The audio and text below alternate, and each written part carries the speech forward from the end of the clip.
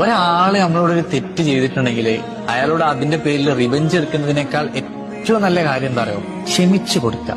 ക്ഷമ അത്രയും ബ്യൂട്ടിഫുൾ ആയ ഒരു കാര്യമാണ്. ഞാൻ ഈ പറയുന്നത് ചിലപ്പം എല്ലാവർക്കും അക്സെപ്റ്റ് ചെയ്യാൻ പറ്റണമെന്നില്ല. ചിലപ്പോൾ ആ ഒരു തെറ്റ് കണ്ട സമയത്ത് നമുക്ക് ക്ഷമിക്കാൻ പറ്റണമെന്നില്ല. വലിയ വലിയ തെറ്റുകൾ ചെയ്ത ഒരുപാട് ആളുകൾ ഉണ്ടാവും, ഇല്ല എന്നല്ല. ആ ഒരു സമയത്ത് പറ്റണമെന്നില്ല. പക്ഷെ കുറച്ചു കാലം കഴിഞ്ഞാലേ നമുക്ക് തന്നെ തോന്നും, മതി, ഇനി വിട്ടേക്കാം, വേണ്ട, ഇനി വെറുതെ ഇതിങ്ങനെ കൊണ്ടു നടന്നിട്ട് കാര്യമില്ലല്ലോ.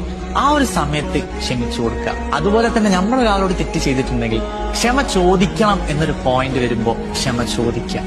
അതിലൊരു മടിയും വിചാരിക്കരുത്.